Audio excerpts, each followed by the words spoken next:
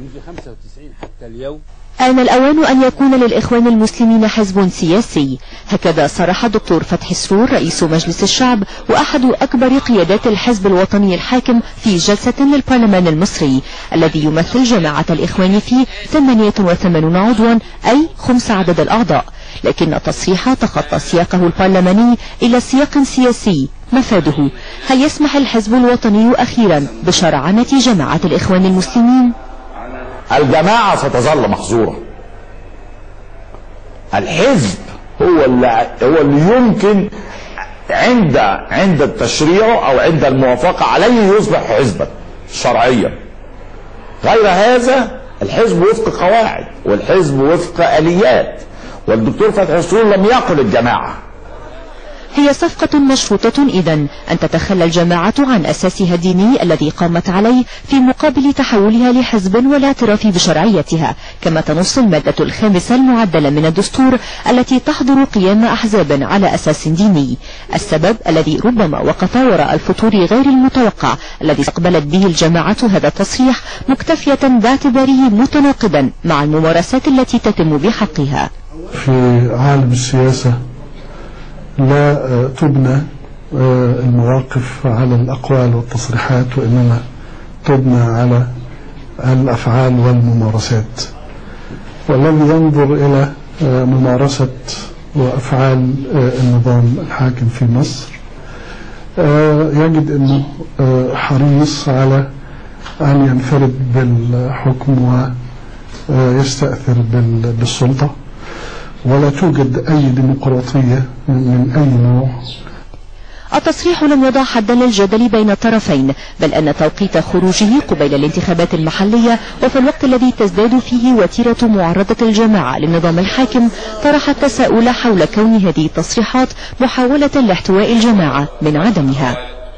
هو تصريح في جانب كبير عفوي يعبر عن رد فعل عن تفاعل رئيس مجلس الشعب مع كتلة سياسية داخل مجلس الشعب تسمى الإخوان المسلمين، وهذه الكتلة تتحرك بشكل سياسي، وبالتالي لما لا يكون لها حزب سياسي. أكثر من ذلك لا أحمل التصريح أي أبعاد أخرى لها علاقة بالمجالس المحلية أو لها علاقة بموقف السلطة السياسية من الإخوان. علاقة شائكة لن تحسمها مجرد تصريحات، فالمساحة بين القول والفعل يجب أن يملأها في النهاية توافق بين الطرفين، وهو مفقود حتى اللحظة. تصريحات رآها البعض عادية واعتبرها البعض الآخر تغيرا في توجه السلطة نحو إحدى أكبر الجماعات المعارضة في مصر، ولكن يبدو أن شرعنة جماعة الإخوان المسلمين لن تبقى رهنا بمجرد إشارات يتلقاها من الحزب الحاكم، وإنما بالإطار الذي ترى الجماعة أنه يحقق أهدافها. هل تتحول إلى حزب سياسي أم تبقى كجماعة؟ دينا إبراهيم، BBC القاهرة.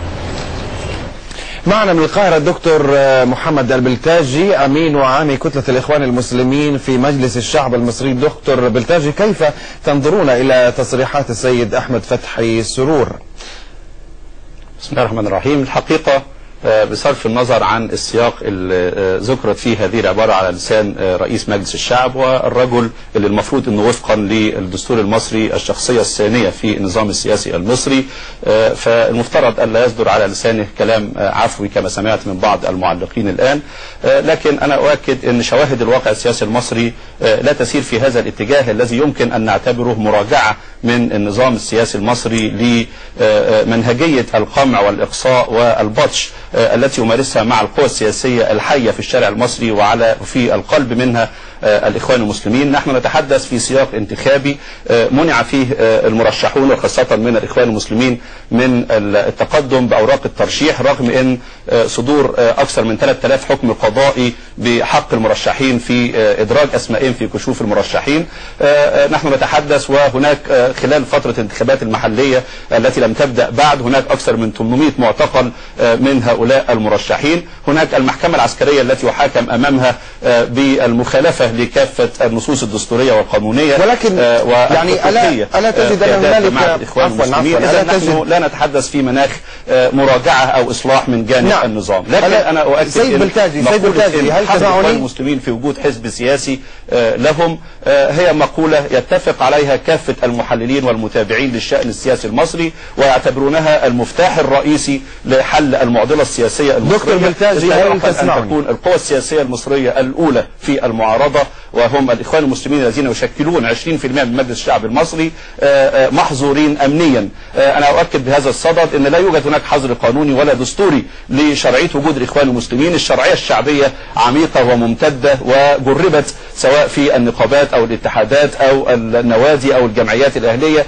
أو كل انتخابات تشريعية تمت، ونحن في الوقت الذي يوجد فيه الإخوان المسلمين 88 نائب في البرلمان المصري ويسمون في الإعلام الحكومي وفي من الجهات الأمنية جماعة محظورة. الأحزاب السياسية المصرية الوفد له 6 أعضاء، الحزب التجمع له عضو وحيد، باقي الأحزاب السياسية المصرية التي لا يعرف عنها الشارع السياسي المصري شيء ليس لها عضو واحد في البرلمان المصري.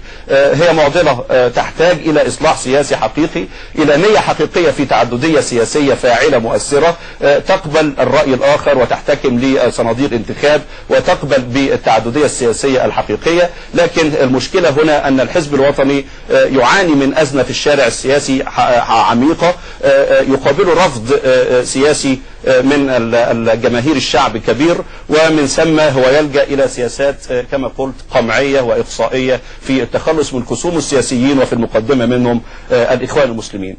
حل هذا الوضع يحتاج بالدرجة الأولى إلى إلغاء لجنة الأحزاب أو بالمعنى الأصح المتعارف عليه مصريا لجنة منع الأحزاب، لأنه لا يصح أن يكون القسم هو الحكم، إذ أن رئيس لجنة الأحزاب هو الأمين العام للحزب الوطني الديمقراطي، ومن ثم هذه اللجنة منعت قيام أحزاب حقيقية مش بس الإخوان المسلمين طوال السنوات الماضية، وأصبح الحزب الوطني الديمقراطي هو اللاعب الأوحد في الشارع السياسي المصري، وهو الذي يحدد مقاس وشكل واسم من ينزل يلعب أمامه في الملعب السياسي. محمد البلتاجي أمين عام كتلة الإخوان المسلمين في مجلس الشعب المصري، أشكرك وأود أن أنوه لأنك لم تكن تستطيع السماع بشكل جيد، لذلك لأسئلتي نعتذر عن ذلك. عموما بهذا الوقت شكرا. أنا أسمعك جزيلا لك. طيب يعني يبدو إذا كان لدينا مزيد من الوقت كل ما ذكرته عن انتهاكات من قبل السلطة يتناقض مع كلامك أن كلام السيد فتحي السرور ليس عفويا باعتباره كما قلت الرجل الثاني في السلطة بشكل أو بآخر. نعم، يعني كما قلت أن نحن نتحدث عن شواهد عملية لا تزال هي في الاتجاه القمعي والإقصائي والبطش والتعامل الأمني وليس التعامل السياسي، والذي يدل على أن هناك قناعة حقيقية أو إيمان بتعددية سياسية تسمح بقيام الإخوان المسلمين كحزب سياسي. بالمناسبة نحن مستعدون لهذه الخطوة تماما. أعتقد أن هذه النقطة يعني أوضحتها بشكل كبير. دكتور محمد البلتاجي أمين عام كتلة الإخوان المسلمين في مجلس الشعب المصري، شكرا جزيلا لك.